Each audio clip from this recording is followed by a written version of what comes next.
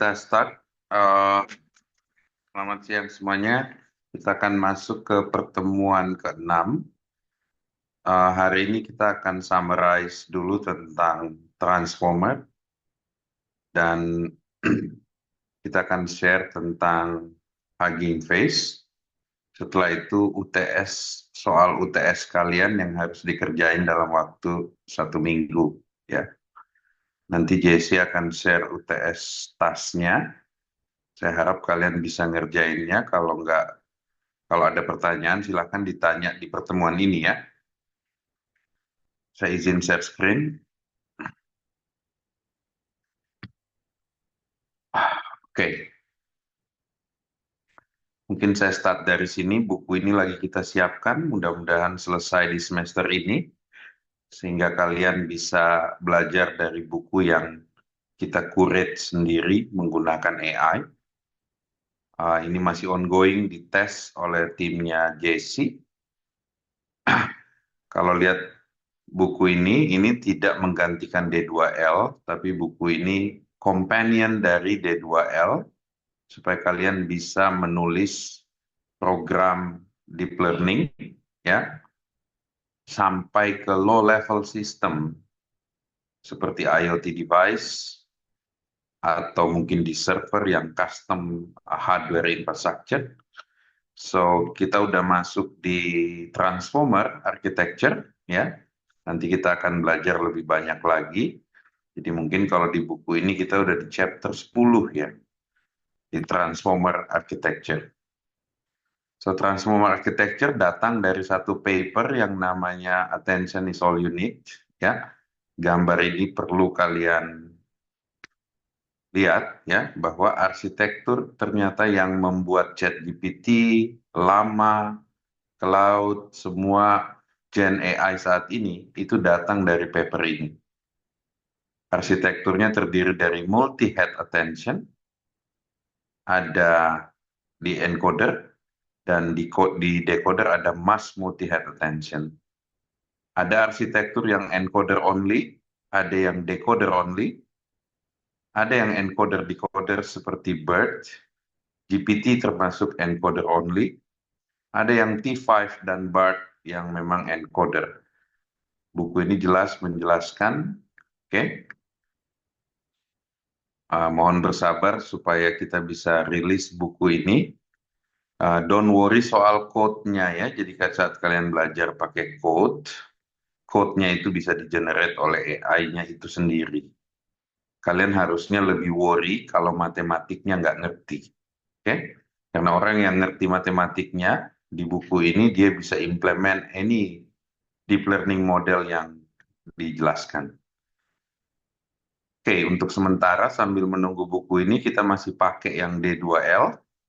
Nah, saya ingin summarize apa yang udah kalian pelajarin sebelumnya tentang attention dan multi-head attention. Misalnya saya punya korpus seperti ini. Setiap korpus sentence ini kita jadikan vektor, ya. Anggap setiap data ini satu titik di instance embedding. Setelah kita lakukan proses embedding, setiap instance ini kita lakukan. Nah, ternyata ada pola yang membedakan instance yang positif sentimen dan negatif sentimen. Oke? Bagaimana dia bisa lihat pola di dalam teks, ya, yang tentu saja variasinya banyak. Yang menarik di NLP, pola dalam data itu describe oleh susunan kata. Oke? Kalau katanya susunannya berubah, maka arti sentimennya pun berubah. Oke, artinya model yang bisa melakukan sentimen analisis itu harus bisa mengambil semua pola di dalam data yang tentu saja tidak sederhana. Kalau kalian lihat dari sisi silency view, mungkin seperti ini silency view ya. Dia akan nunjukin misalnya bagaimana hubungan setiap kata. Kalau lihat dari dependency list, ternyata setiap kata akan punya dependency list ke kata yang lain dengan probabilitas tertentu. Oke? Bisa nggak model deep learning menangkap semua pola-pola ini secara probabilistik sehingga dia bisa melakukan sentimen analisis? Jawabannya bisa, karena transformer neural network itu terdiri dari banyak layer, ya. Misalnya ini layer pertama. Di dalam layer pertama ada 12 head. Ini sebenarnya arsitektur dari BERT, bidirectional transformer. BERT itu punya 12 layer transformer. Setiap transformer itu punya 12 layer head attention. Attention pertama menangkap pola ini.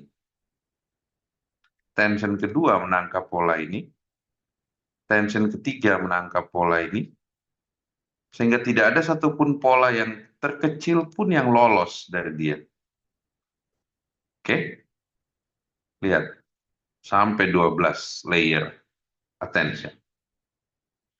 Nah, kalau saya punya enough data, dan dia punya enough capability untuk menangkap pola di dalam data, dalam bentuk teks, maka apapun pola yang ada di dalam kata korpus yang kita sediakan, bisa dia capture.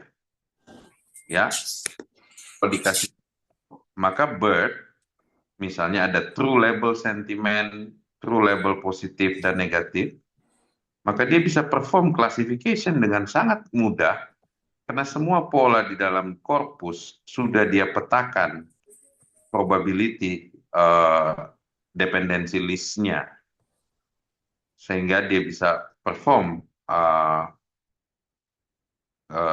proses klasifikasi. Oke, coba kalian baca ini, nanti akan lebih jelas kalau buku di Alfiar sudah rilis akhir semester ini target kita ya. Saya stop sampai di sini yang ini, saya lanjut ke Transformer Explainer. Bagaimana Transformer bekerja? Ini case-nya adalah language model. Problem utama di language model yang ingin di-solve adalah kalau saya kasih example, oke, dia bisa menebak missing word. Misalnya saya bilang artificial intelligence transforming titik-titik, dia tahu bahwa di semua datasetnya berbicara tentang transforming the world. Oke, kalau saya kasih dia kata lain, misalnya data visualization is empower user to, dia akan lihat dari pola statistik di dalam attention-nya, dan dia bilang to make. Oke, so bagaimana itu bisa terjadi? Pertama, dia train semua parameter transformer, di mana transformer itu inputnya corpus, ya. Dia train semua parameternya. Ingat kita pernah belajar tentang self attention, bahwa kalau di neural network biasa, weight parameternya itu cuma satu single value. Sekarang weight parameter itu bayangkan ternyata itu kayak table di database yang ada key query value. Key query value-nya didapatin nilainya dari training. Oke. Setelah dia dapatin key query value, dia bisa capture pola lebih sensitif dibanding kalau saya train dia dengan LSTM ataupun dengan misalnya feed forward neural network atau MLP. Oke. Setelah dia bisa petakan di dalam multi-head attention, baru dia masuk ke dalam MLP layer, which is di sini dia melakukan prediksi menggunakan data yang sudah pola yang sudah di-feed dari multi-head self attention. MLP biasanya ada di ujung dari transformer neural network, sehingga dia bisa keluarin skor. Kalau saya kasih kata ini, dia keluarin apa kata berikutnya. Jadi kemampuan dasar language model itu sebenarnya cuma itu. Bagaimana dia menebak missing word, ya. Tapi kita dulu kesulitan bahwa kalau saya punya korpus Wikipedia, saya train pakai LSTM, dia bisa nebak, dia bisa bikin language model, Tapi kalau saya tambahin data dari internet, arsitekturnya nggak scalable, dan saya harus tweak arsitekturnya supaya dia bisa perform internet news. Uh, dia bisa masukkan datanya. Transformer terbukti scalable, bahwa kalau datanya nambah ya tinggal ditambahin transformer blocknya. Ini yang memungkinkan kita train data seluruh dunia, sehingga kita bisa punya ChatGPT saat ini, atau kita bisa punya Gemini, atau kita punya model-model language model lain. Proses untuk mentrain ini tentu saja butuh banyak sekali GPU. Jadi siapa yang punya lebih besar GPU ya pasti bisa train model-model seperti ChatGPT. Tapi kita perlu tahu bahwa itu mahal. Tidak semua orang punya 20 juta dolar misalnya ya. Jadi kita fokusnya adalah bagaimana kita bisa menggunakan LLM yang sudah ada. Nah, pada saat dia melakukan prediksi, karena ini probability engine, ya, maka ada beberapa parameter, contoh misalnya temperatur, ya. So, kalau saya bilang LLM bisa predict missing words, saya bisa bikin dia predik sebebas mungkin, ya. Misalnya, terserah dia, gitu ya. Tapi saya bisa limit kreativitasnya, oke, supaya dia punya randomness itu lebih kecil, atau sering disebut entropi, ya. Dan itu yang kita sebut sekarang lebih singkat ya, temperaturnya saya adjust, ya. So kalian lihat kalau dia generate misalnya data visualization empower user to visualize, itu 97% kalau temperaturnya kecil. Tapi kalau temperaturnya saya gedein, oke, dia masih lihat masih di visualize, tapi berubah-ubah tuh. Setiap saya ubah temperaturnya, level kreativitasnya itu akan berubah-ubah, tapi dia kayaknya conclude bahwa to visualize yang paling sering orang omongkan di dalam dataset. Oke? Nah, once kalian udah tahu cara kerjanya begini, di saat kalian berhubungan dengan ChatGPT seperti ini, ya kalian bisa tanya apa aja, tergantung knowledge dia akan jawab. Tadi saya mau install TCH di TCH Crate di Mac. Ini dia kasih. Dan saya baca, saya coba, ya benar jawabannya. Ya. Dia bisa minta code dan lain-lain. So, kita ada di masa di mana semua masalah menghafal, baca buku, summarize, melihat pola di dalam kata-kata dalam buku, dalam code, dalam gambar, is done. Mesin udah lebih baik dari kita. Jadi kalian harus bisa belajar sambil menggunakan ChatGPT, karena kalau kalian reject untuk menggunakan ini, kalian balik lagi ke masa lampau di mana kalian harus hafal sintak code, kalian harus hafal mathematical equation, sementara di ChatGPT, any mathematical equation kalian bisa minta. Bahkan dari mathematical equation atau penjelasan buku matematik, kalian bisa minta code. Kalian bisa minta code di Python, code di C++, code di Rust, ya. Dan itu udah kita buktikan bahwa even buku ini terjadi, itu hanya dengan menggunakan prompt engineering. Oke? So, kalau kalian insist tidak mau pakai ChatGPT, good luck di masa depan, karena kalian akan compete dengan orang yang prompt engineering levelnya sangat-sangat advance. Ya, mereka tidak perlu menghafal, mereka bisa baca semua buku, mereka bisa summarize semua buku, mereka bisa bikin buku baru yang setara dengan lulusan MIT knowledge-nya. Karena mungkin di MIT bukunya lengkap, gitu ya. So, nanti di UTS saya harap kalian bisa pakai secara efektif, ya. Tapi saya pengen lihat apakah kalian bisa paham konsep matematik dan konsep fundamental dari tugas UTS kalian. Di chat sendiri kalian bisa minta, misalnya jelaskan secara matematik apa itu transformer. Kalian bisa coba sendiri nanti ya. Misalnya kayak di sini saya bilang explain. Nah, explain about transformer neural network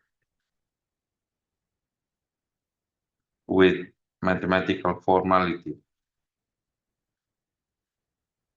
Dulu kalau kalian saya tanya seperti ini, kasih spidol dan whiteboard untuk kalian come up dengan isi dari papernya Vasvani, ini pasti kalian nggak akan bisa sedetail ini.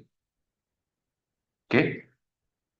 Dia jelasin dulu self attention bahwa weight parameter itu kita ubah menjadi kayak database ada key value query. Rumusnya seperti ini. Intinya sebenarnya pecahin itu parameter weights sehingga dia kayak database yang ada variabel key value query. Setelah itu perform attention score, ini softmax scoring, ya, karena weight parameternya akan jadi matrix nanti, maka dia ini kayak perkalian matrix yang di softmax. Kalau ada beberapa attention, kita bisa ambil sebagai multi-head, dia jelasin detail. Setelah itu di ujung nanti ada fully connected network, positional encoding, oke? Once kalian dapat matematiknya, kalian very easy to bilang, misalnya bilang write PyTorch code to implement simple misalnya encoder only like GPT architecture for language model, for simple language model.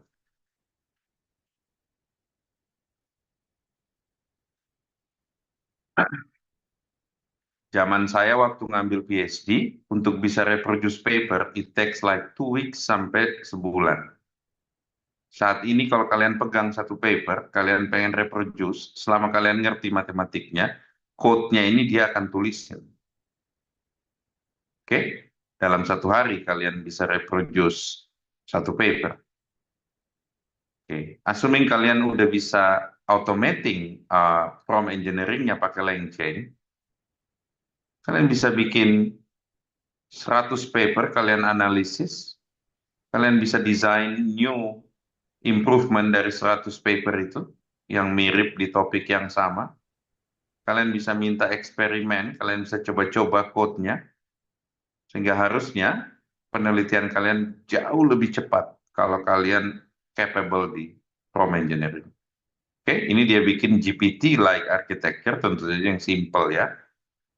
Dia jelasin komponennya self-attention, bla bla bla, dia cuma pakai satu self-attention. Kalian bisa bilang coba bikin multi-head attention. Ya, tapi ini karena simple, saya bilang kata simple tadi, dia bikin GPT hanya dengan self-attention. Oke, karena dia pengen jelasin elemen di dalam GPT architecture. So, in reality, di praktisnya pada saat kalian bekerja di industri, kita menggunakan model yang sudah pre-trained. Jarang sekali orang mau train dari awal, ngumpulin data set, karena tadi saya bilang, unless kalian punya $2 juta atau $20 juta, baru kalian valid untuk ngomong saya pengen bikin GPT sendiri. Karena cost, amount of data collection, training GPU, validasi, dan lain-lain butuh orang yang mahal, butuh compute power yang besar. Jadi kita lebih banyak akan menggunakan pre-train, baik itu BERT, model yang encoder-decoder, maupun misalnya T5, ataupun model yang seperti GPT, ya. Dan kita beruntung karena ada komunitas yang aktif sekali di seluruh dunia sekarang, namanya Hugging Face. Di sini mereka share dataset. Semua top AI company ada di sini. Oke. Mereka share model yang udah pre-trained. Dan interestingly, mereka siapin satu single library namanya Transformer Library untuk berinteraksi dengan semua pre-trained model yang sudah diposting di sini. Ya. Jadi kalau misalnya kalian kebayang, saya pengen coba BERT untuk text summarization. Saya pengen coba bikin sentiment analysis pakai pre-trained BERT atau pre-trained GPT. Kalau nggak salah di sini ada GPT-2 ya. So, kalian cuma butuh belajar satu framework library namanya Transformer Library. Oke, cara belajarnya juga gampang. Ikut tutorialnya dan reproduce code-nya dengan ChatGPT. Jangan hafalin code-nya ya. Ini jumlah model transformer yang ada di sini dan selalu diupdate. Supported model. Dia ada Albert, Align, dan lain-lain. Saya udah nggak hafal ini ya. Bird, ini varian-varian Bird. Ini sebenarnya cuma variasi bahwa transformer model itu terbagi 3 varian. Ada yang encoder-decoder, ada yang encoder only, sama decoder only. Kalau di list down seperti ini. Oke. Nah, dari foundational model seperti ini, orang bikin large language model. Dan di Hugging Face itu ada namanya Open Leaderboard, LLM di Hugging Face. Ini adalah space di mana mereka menampilkan performance dari open source LLM yang available di market. Selama kalian punya duit untuk train atau fine tune, ya kalian bisa download, tambahin data, fine tune. Fine tune itu maksudnya update nilai parameternya untuk data kalian. Tapi tentu saja itu butuh duit banyak ya. Kalau kalian lihat di sini, mereka punya metrik untuk mengcompare banyak sekali language model di sini. Dan terus bertambah. Oke? Tentu saja OpenAI tidak kasih dia punya pre-train di sini karena dia berbisnis. Tapi lama yang dari Meta ada di sini. Mistra, oke, ada di sini. LLM 360 yang dari Dubai ada di sini. Oke, lihat lama tree. Nah, kalian bisa tanya apa ini EIVAL, BBH, Math, ini adalah kemampuan downstreamnya, misalnya mathematical logic, question and answer, text summarization, dan lain-lain. Di-compare siapa yang paling tinggi nilainya untuk spesifik downstream task. Oke, jadi sebagai future AI engineer, kalian harus sangat familiar sama Hugging Face dan Transformer. Hari ini akan diperkenalkan oleh Jesse. Selain itu, kalian juga harus bisa menggunakan LLM itu untuk prompt engineering. Selama ini kalian tahu prompting pakai aplikasi seperti ini, kayak chatbot. Tapi kalian bisa lakukan itu secara programatik, pakai LangChain dan framework-framework sejenis lain. Dengan LangChain, kalian bisa nulis Python code untuk bikin banyak sekali prompt engineering teknik. Ya, prompt engineering teknik bisa kalian lihat di prompting guide. Ini ada orang rajin banget ngumpulin ya sama paper-papernya, mulai dari zero shot prompting, few shot prompting, chain of thought prompting, self consistency, prompt chaining, generate knowledge prompting. Kalau kalian skillful di sini, maka ini yang orang percaya bahwa this is the future skill that everybody should expert di sini ya. Unfortunately, level orang pakai ChatGPT itu semuanya masih di level zero shot prompting. Oke, mereka belum terbiasa menggunakan teknik-teknik yang lebih advance seperti few shot, chain of thought, meta prompting dan lain-lain. Oke, tapi saya rasa itu hanya masalah waktu, kalian akan terbiasa. Bahkan sekarang di ChatGPT kalau kalian habis nanya sesuatu, nanti dia kasih pertanyaan berikutnya yang bagus apa, ya. Jadi itu akan jadi sangat natural, sehingga orang yang belajar dengan ChatGPT itu akan dipercepat mungkin ratusan kali lebih cepat dibanding orang yang reject menggunakan ChatGPT atau Gemini, ya. Kalau kalian lihat di kursor sekarang, misalnya saya put di sini ada satu fungsi, sekarang IDE seperti kursor itu udah ada chatnya. Saya bisa tanya anything di sini. Saya bilang, what is the code?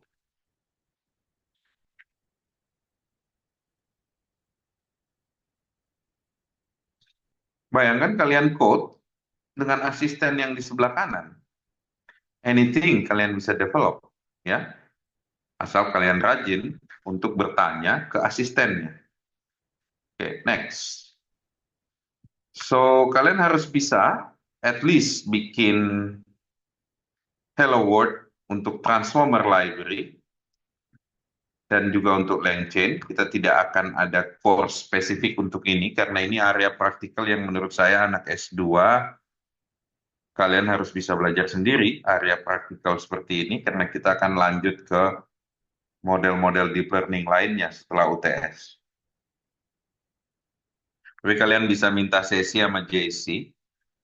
Kalau misalnya kalian punya aspirasi untuk misalnya bikin tesis di LLM menggunakan transformer, silakan minta short additional course ke JC supaya kalian bisa familiar dengan bagaimana uh, ChatGPT bisa bantu kalian untuk riset, nulis code, ya, nulis paper, dan sebagainya.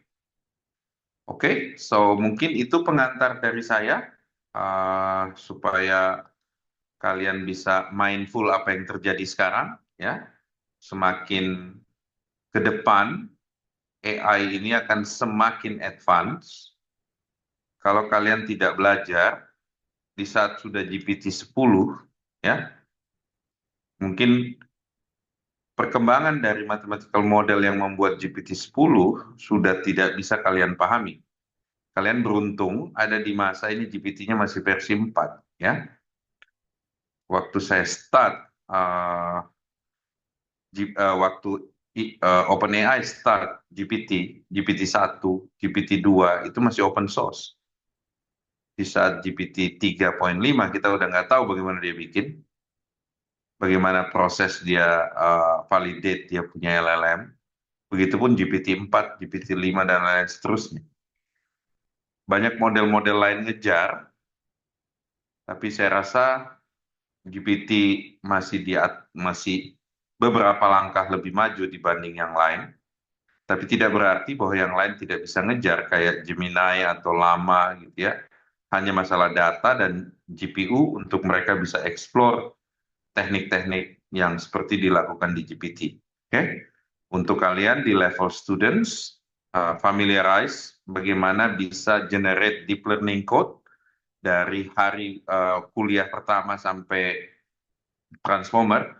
Kalian harus bisa bikin BERT architecture, bisa bikin mungkin GPT-2 architecture menggunakan prompt engineering.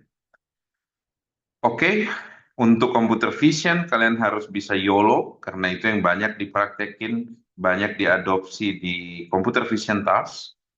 Untuk yang NLP kalian harus bisa reproduce misalnya BERT transformer atau GPT-2 transformer yang lebih simplified, dan kalian bisa bikin very simple language model, misalnya karakter level language model, atau kalian misalnya kumpulin data sendiri, bikin simple language model, misalnya untuk istilah-istilah yang sering dipakai di UI, atau whatever, ya.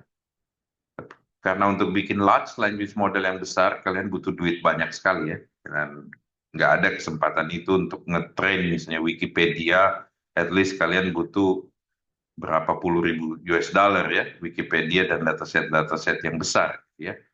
Tapi kalau untuk dataset yang kecil, silahkan berkreativitas, bikin transformer model kalian sendiri, implement your own language model dari scratch menggunakan Python atau Rust. Saya pengen skill itu ada di kalian. Setelah UTS kita akan masuk ke generative adversarial network, probabilistic diffusion, untuk kalian bisa belajar lebih banyak. Oke, saya stop sampai di sini. Sebelum saya kasih ke Jesse, ada yang mau bertanya?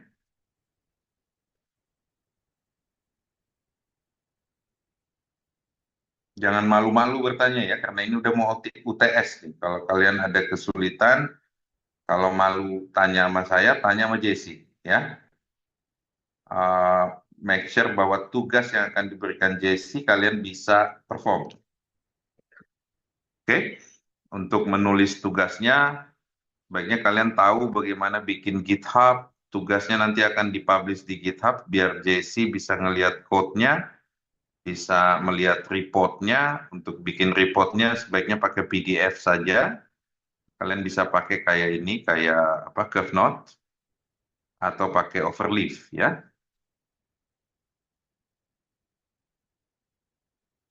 Satu lagi mungkin Overleaf, kalau kalian mau persiapkan juga untuk paper, ya silakan pakai Overleaf. Ini latex base, jangan takut sama latexnya karena ChatGPT juga udah bisa bantuin kalian nulis code latex ya. Jadi biarin ChatGPT yang pusing, jangan kalian yang pusing soal latex. Oke, jadi lengkapin diri kalian dengan tools-tools untuk penulisan. Kalau paper, ya ini bagus. Atau bisa pakai Curve Note. Oke, nah, sambil UTS kalian latihan pakai ini. Misalnya nulis technical reportnya nanti pakai Overleaf. Atau kalau nggak suka pure latex, kalian bisa pakai Curve Note. Oke, oke, saya close sampai di sini. Silakan lanjut dengan Jesse. Jesse silakan share dulu UTS-nya baru praktikum ya. Baik, Pak. Nah, terima kasih. SDN, aku share screen terlebih dahulu ya.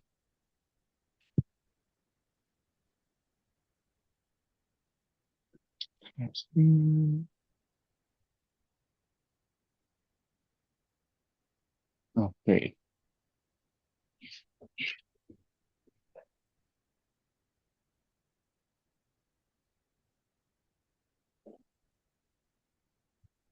Hmm.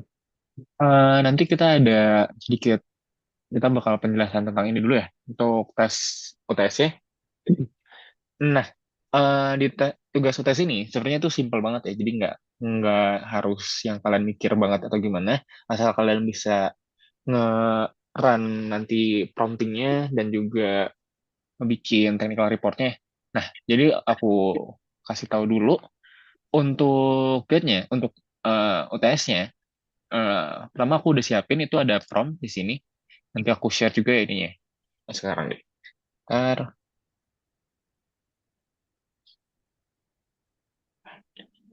Nah, bisa dilihat semuanya. Di situ ada link untuk ke isinya prompts.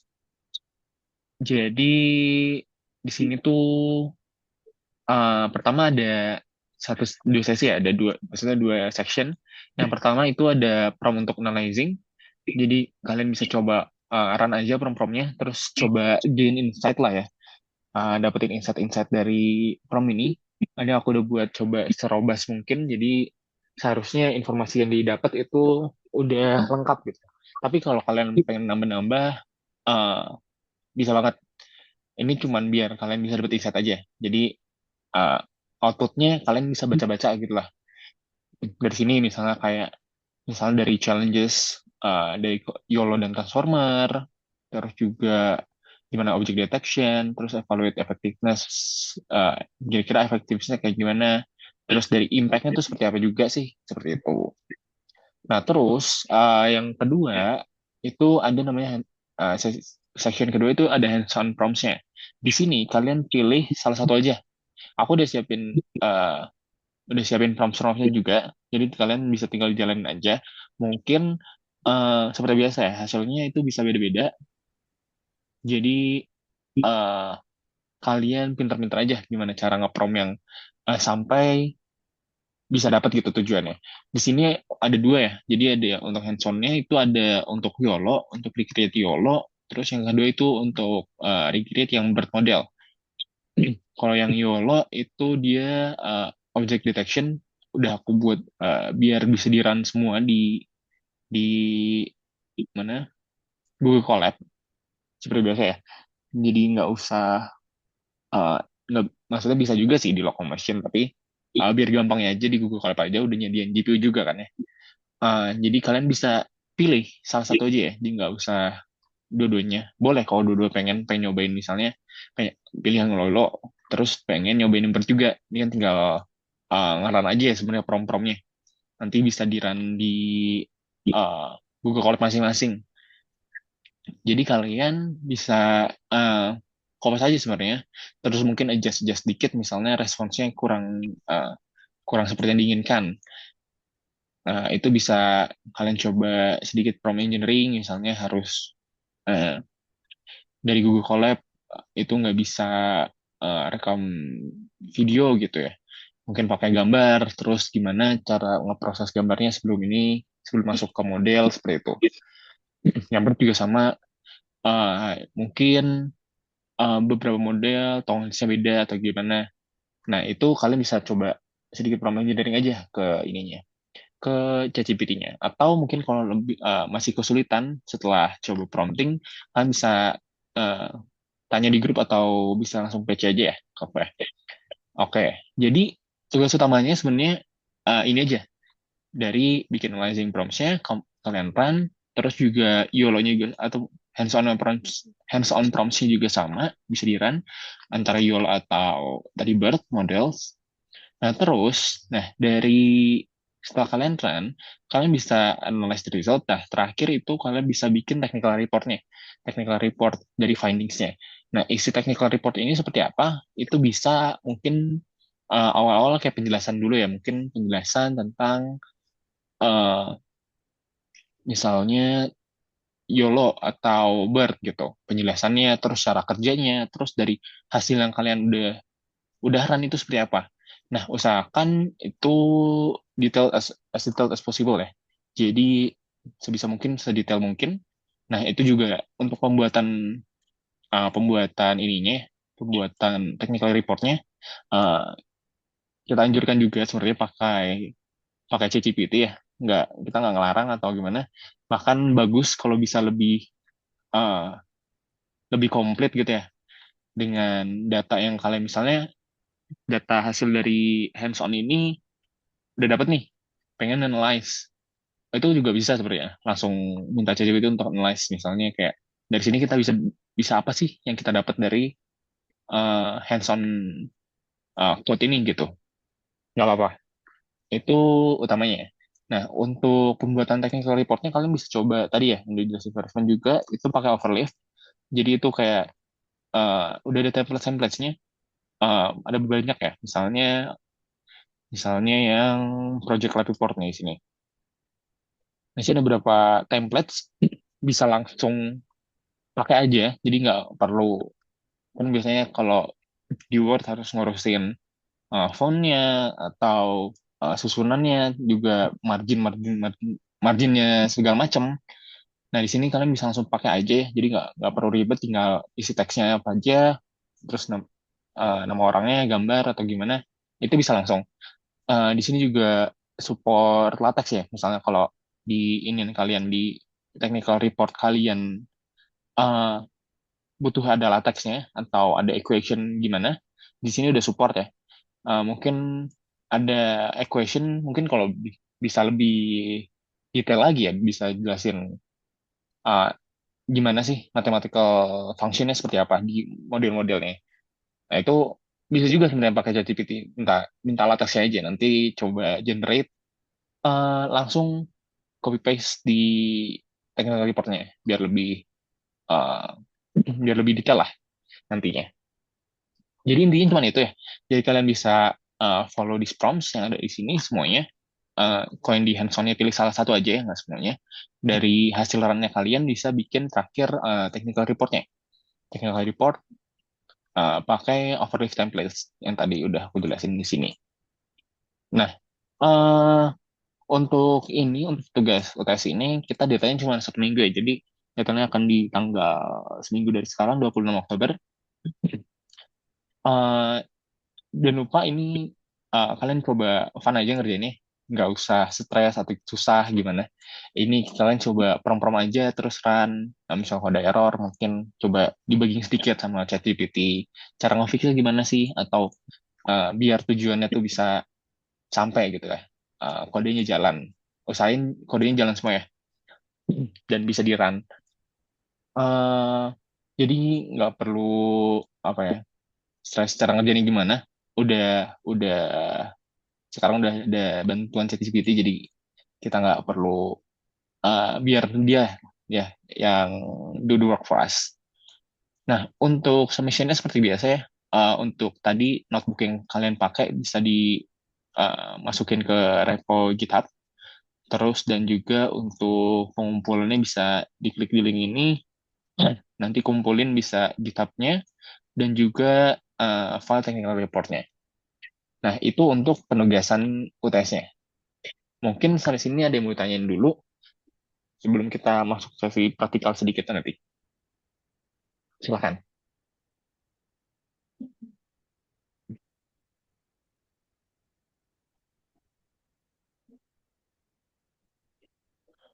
Mungkin kalau ada yang bingung di promptingnya, sebenarnya isinya cuma prompting-prompting aja. Jadi, tapi kalian usahanya bisa paham ya, bisa pahamin uh, work yang kalian kerjain, terus juga bisa dibaca juga dari prompts ini. Aku coba kasih contoh example yang satu deh, analyzing. Kita lihat responsnya.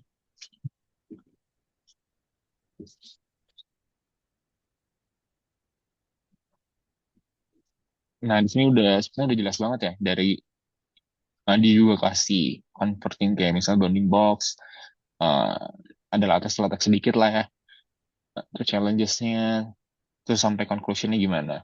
Nah, itu kalian coba tonton aja semuanya, gimana bisa insight dari ChatGPT ke integrate nanti ke technical report kalian juga soalnya. Dan juga kalian coba belajar gimana sih nanti uh, nanti hands on ini juga gimana ya, bisa bisa kalian aplikasiin gimana aplikasi dunia nyatanya lah seperti itu. Jadi harusnya nggak susah sama sekali ya. Ini cuma ngeran aja dan juga copy paste aja terus coba analyze. Tetap harus kalian harus baca ya. Jadi tetap bisa paham lah apa yang kalian kerjain dan gimana how it works seperti apa. Ada yang mau ditanyain dulu mungkin sebelum lanjut? Silakan.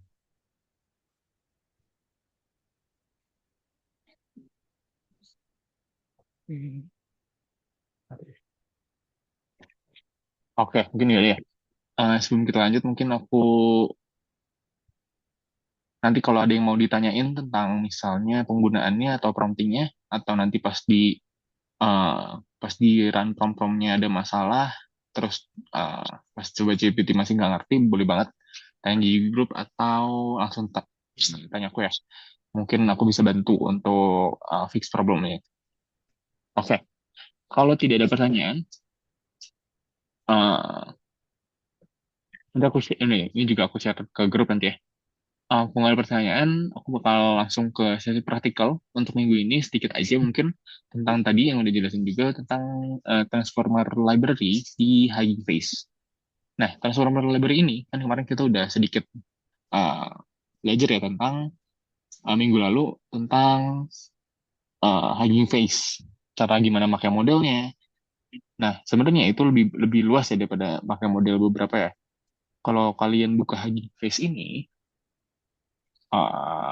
chat, kirim, terus ke docs, terus di sini ada transformers ya. Jadi ini transformer library-nya.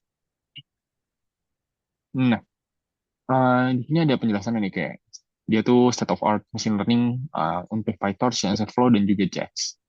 Di sini ada banyak. Jadi ini kayak sebagai penghubungnya lah antara kode kita dengan ininya Hugging Face mereka. Kan mereka banyak tuh model-model uh, dari repo mereka. Di sini tuh ada ratusan mungkin ribuan model yang udah di train untuk kita. Tinggal pakai aja. Nah, kalau dilihat di sini ya, tadi ya, transformernya ini, kita coba ke Victor, kita coba run beberapa konsep yang ada di sini ya, yang ada di transformer library ini. Nah, uh, transformer library ini kita bisa pakai untuk ngeran beberapa tipe dari model yang ada di Hugging Face. Kalau lihat dari sini kan ada banyak nih tipe-tipe model, tipe-tipe modelnya dari computer vision misalnya depth estimation, terus gimana kita bisa image classification, terus dari NLP itu bisa nge-classify text kayak kemarin itu bisa buat apa namanya sentiment analysis. Nah, terus ada banyak lain ya, misalnya translation juga, summarization, text generation, masih banyak lagi. Terus juga audio juga bisa, misalnya TTS, text to speech, terus bisa text to audio, banyak ya, audio classification, dan juga masih banyak lagi. Macam-macamnya banyak itu modelnya. Nah, di sini kita bisa langsung pakai itu semua, langsung tanpa harus banyak kodenya lah ya. Ngelot sendiri, terus masukin key-nya atau sebagainya macam. Nah, untuk dengan library ini, kalau kalian bisa lihat di sini, ada namanya pipeline. Pipeline itu langsung ya. Jadi, kalau lihat dari sini, isi sesuai buat pakai pre-train model dari untuk kita nge-inference atau kita nge-run modelnya. Nah, di pipeline ini ada beberapa task yang bisa kita masukin. Nah, tes-tes ini tadi itu maksudnya model-model yang tadi ada di sini atau tipe modelnya ya. Kayak misalnya ada task classification, nah itu kelihatan itu deskripsinya itu apa. Terus cara makainya gimana. Misalnya kayak ini, kita makainya tinggal pipeline, tasknya equal seperti ini. Summarization juga, classification, dari sini, dari NLP semuanya. Terus audio juga, terus ada image juga, seperti itu. Nah, di sini contohnya juga, untuk gimana kita cara makainya pipeline, untuk misalnya contohnya sentiment analysis ya. Kita bisa copy aja. Ntar, oke, kita coba connect dulu deh. Eh, untuk transformer ini, transformer library-nya Hugging Face, kalau nggak salah dia itu udah diinstal dari Google Colab-nya, jadi kita nggak perlu pip install lagi. Tapi misalnya kalian di local machine, kalian eh, bisa run pip install transformers. Sorry. Nah, kalian bisa run ini. Kalau di local machine, kalau di sini harusnya dia terinstall, jadi requirement itu satisfied. Oke, kita coba run contohnya aja ya. Contoh untuk bikin pipeline untuk sentiment analysis. Jadi kita buat pipeline-nya dulu. Nah, kalau lihat dari contoh sini tadi, kalau lihat penjelasannya ya, the pipeline function ini function ya. Download and case a default pre-trained model and tokenizer for sentiment analysis. Now you can use the classifier on your target test. Nah, kita coba copy sini aja, line ini.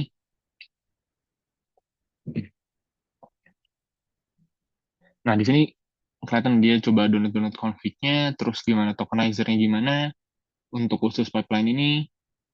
Terus kalau kita coba run ya, nah dia langsung keluar hasilnya, labelnya juga skornya.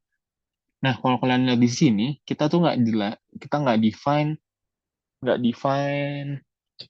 model mana yang dipakai. Kan sebenarnya ada ratusan ribuan model ya sebenarnya untuk text classification di sini ya. Nah, di sini ada 69.000 model. Nah, untuk model kalau kita cuma define pipeline ini, kita nggak define modelnya apa, itu dia bakal cari default. Jadi, dia punya beberapa default model. Nah, di sini mungkin bisa lihat ya. Oh, jadi untuk ini, dia pakai default modelnya adalah Fizzlebird ini. Seperti itu. Nah, nanti kita juga bisa untuk image segmentation, nanti mereka automatically choose-in lah salah satu model dari banyak model itu yang ada di sini.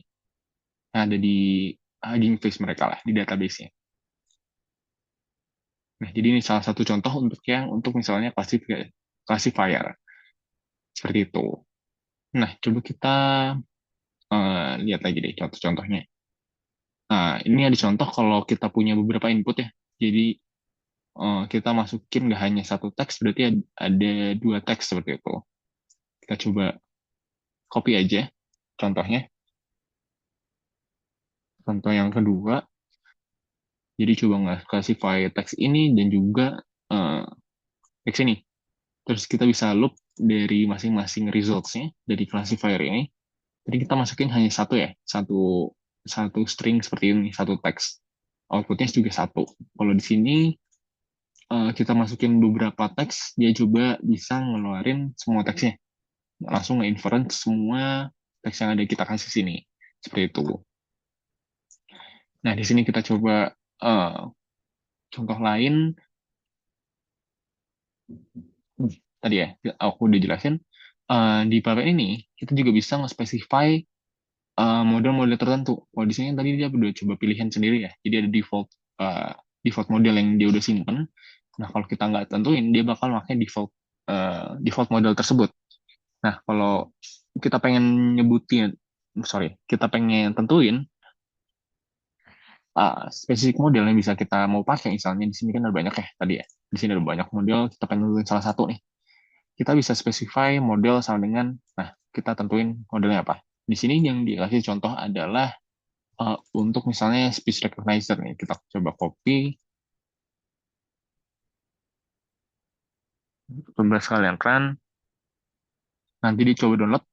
Yang di download specifically bakal yang ini, yang Facebook Wave 2 to Fake ini. Dipakai gunain yang dari Facebook. Nah, kalau kayak gini kalian bisa coba langsung pakai aja, nanti mirip-mirip kayak gini ya. Langsung cek untuk inferensinya seperti apa. Seperti itu. Itu untuk kita nentuin model-modelnya. Nah, ini ada beberapa contoh lainnya, misalnya tadi mana? Nah, di sini ada namanya tuh untuk ngeload dataset. Jadi bukan hanya kita bisa ngeload model, kan sebenarnya di Hugging Face ini nggak hanya model itu aja, tapi dia juga ada dataset. Jadi kita bisa pakai dataset ini untuk nge-train atau kita punya ngecek buat ngecek accuracy misalnya ya. Bisa dapat dari Hugging Face juga. Nah, di sini ada contoh untuk kita bisa ngambil salah satu dataset yang ada di Hugging Face ini. Jadi langsung pakai aja. Kita nentuin ininya. Kita bisa, contohnya ini ada copy code-nya.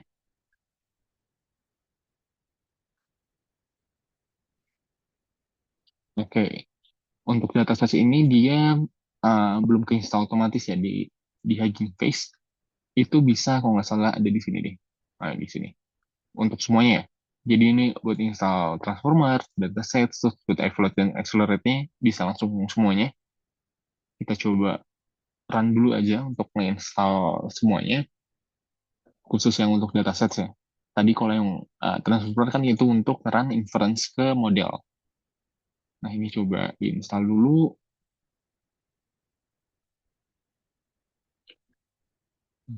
Oh, oke, udah run. Kita coba lagi. Oke, udah berhasil. Tunggu, apa nih? Kita coba lihat dari sininya. Apakah ada penjelasannya?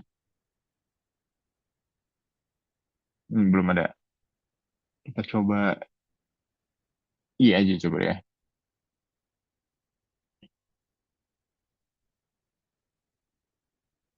Jadi untuk khusus dataset ini sepertinya itu eh,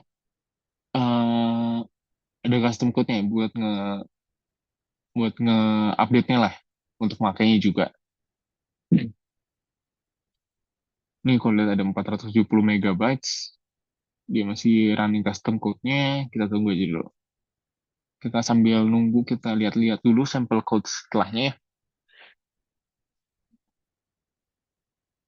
Nah, di sini ada kode selanjutnya. Di sini bilang you need to make sure the sampling rate of the dataset matches the sampling rate of tadi model yang kita pakai. Jadi setiap model itu mungkin punya input layer yang beda-beda ya.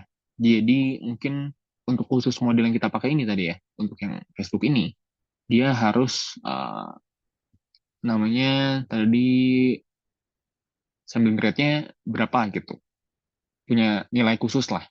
Nah, jadi kita uh, kalau kita masukin input data, kita harus matches uh, dengan spesifikasi input layernya model yang kita pakai.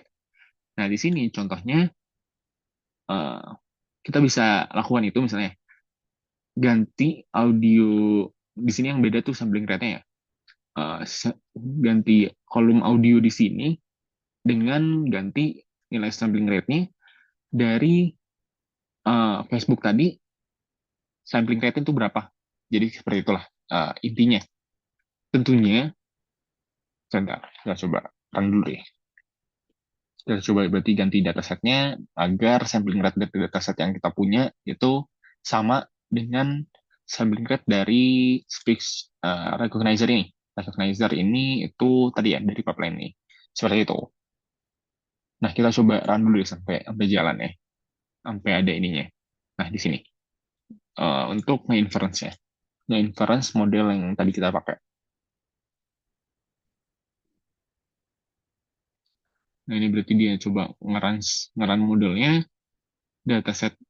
Kalau lihat dari kodenya ini berarti dari 4 rows pertama ya. 4 baris pertama diambil audionya. Terus lagi. 4 baris pertama diambil audio. Terus dia coba ngeprint semuanya.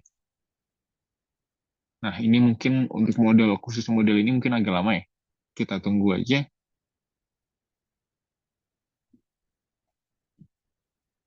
Sambil kita lihat untuk contoh-contoh setelahnya.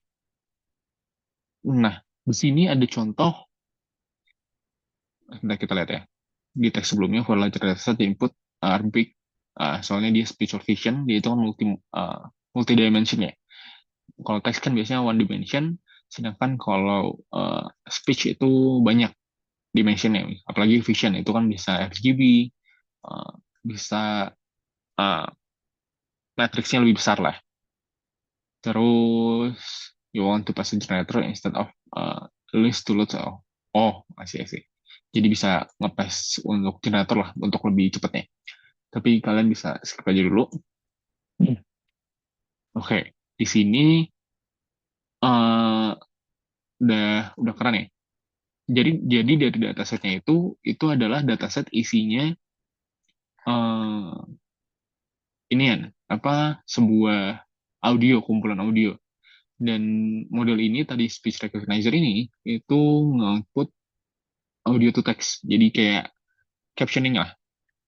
Kayak misalnya di YouTube kan bisa turn captions otomatis ya. Itu biasanya bisa dari kayak model-model seperti ini. Jadi dari teksnya dari suaranya dia ngebaca output itu ini. I would like to put on join and bla bla bla. Selanjutnya juga sama beberapa ada 4 harusnya ya. Di sini soalnya dia ngambil 4 pertama. Ada 4 result atau captioning dari dataset yang kita ambil. Jadi kita ambil dari Hugging Face juga seperti itu. Hmm, Selanjutnya ini ada contoh untuk uh, ngambil tokenizer di pipeline. Jadi pipeline itu kalau dipecah ya sebenarnya itu dia bakal nge-tokenize, terus dia coba nge-run inference. Uh, Tunggu bentar. Nah, jadi setiap model yang ada di sini, yang ada di Hugging Face ini, itu punya tokenizernya masing-masing. Jadi nggak semuanya mirip ya. Kan tokenizer itu, kalau kalian masih ingat, tokenizer itu untuk mecah misal sebuah teks ya, itu jadi numbers. Jadi token lah, biar di modelnya itu bisa ngerti, dia bisa paham, karena dia angkanya tipenya adalah numbering seperti itu. Oke, kita coba run beberapa contoh di sini ya. Kita coba copy di sini dulu. Kita set model name apa. Sorry, belum kopas. Dan kita set ini. Oke aja.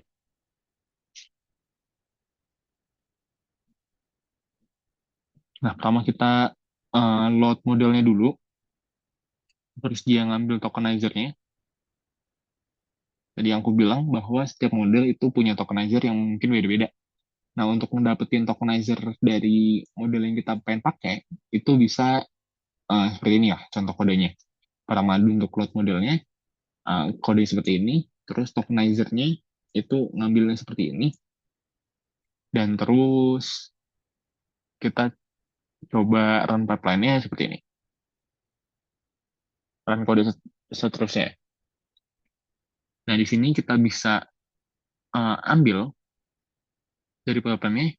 Untuk sentiment analysis kan tadi pakai modelnya beda ya.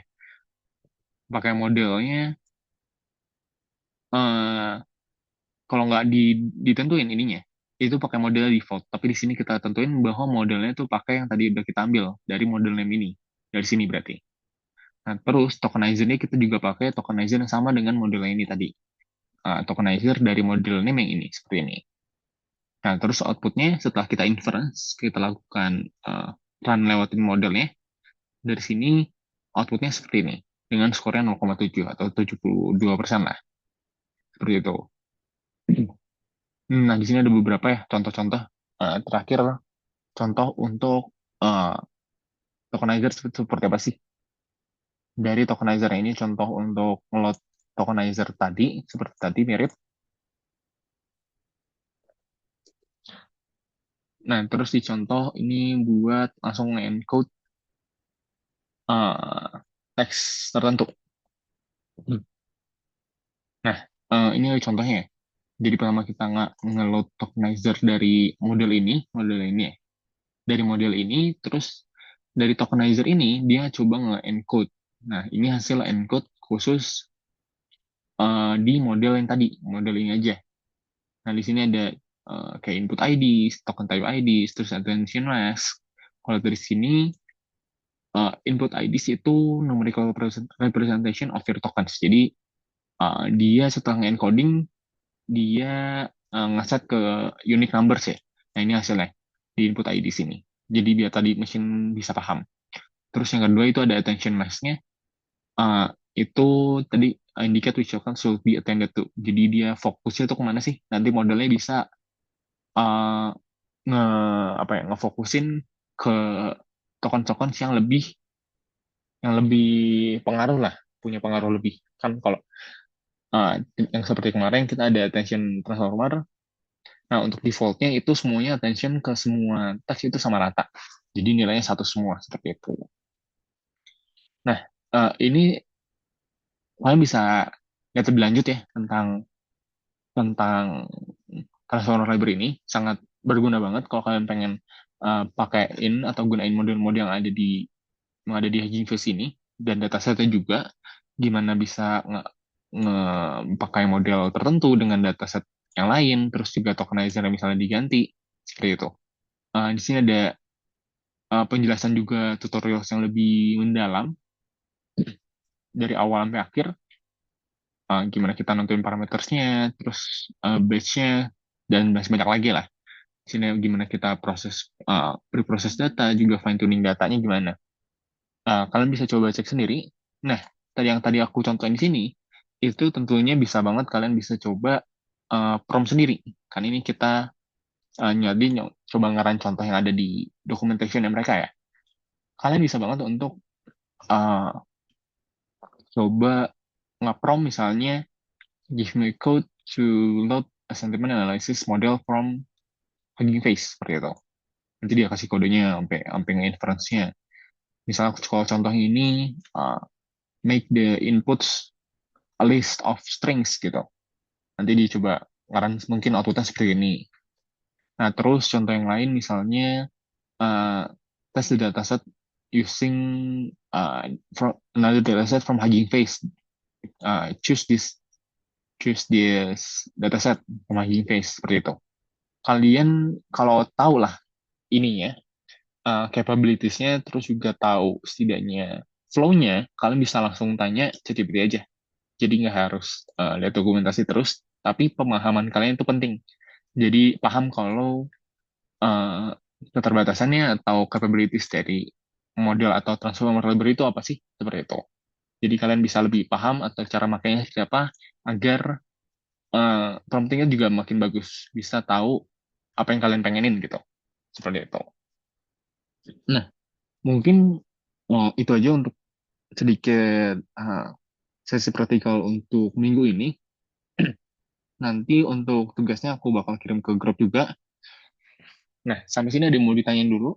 Mungkin? Silahkan.